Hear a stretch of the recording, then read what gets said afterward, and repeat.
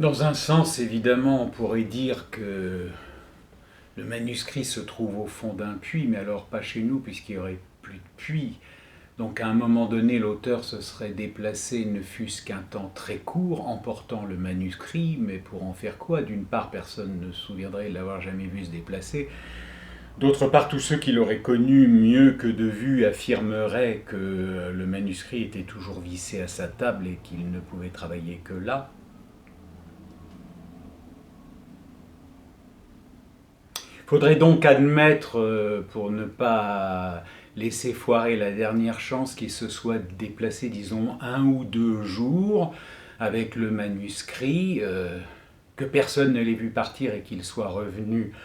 de même, hypothèse sans intérêt, puisque tous ceux qui l'auraient connu mieux que de vue auraient jusqu'à la fin vu le manuscrit vissé à sa table, mais l'hypothèse en un sens pourrait tout sauver.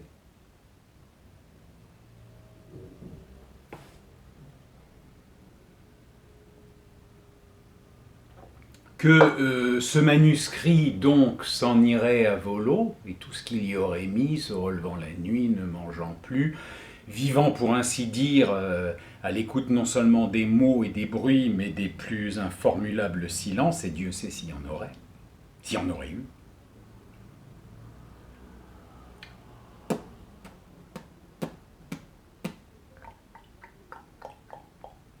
Informulable silence, et Dieu sait s'il y en aurait eu, fixant des circonstances qui, vu leurs répercussions, ou mieux prolongement hors du conditionnel, pourraient passer pour cause d'une situation telle que sans elle, elle n'aurait pas de présent, et un paquet d'autres circonstances, elles, présentes, sans lesquelles cette situation toute conditionnelle n'aurait pas... sans lesquelles cette situation n'aurait pas...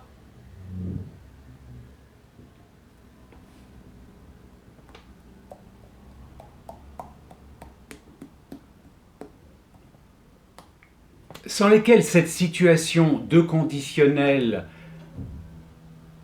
n'aurait pas de présent, partant diminuer, rogner, ronger jusqu'à l'os, inexistante. On verrait donc que le puits, l'improbable puits chez les autres,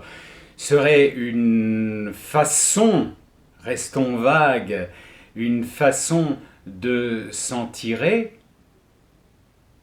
et tirant d'elle, etc., etc., j'abrège, dans le cas en question, puisqu'il y aurait là des puits et ici pas, tendrait donc finalement à établir que l'absence d'équivalence, autrement dit l'exceptionnel, serait seul sujet à caution, autrement dit réel.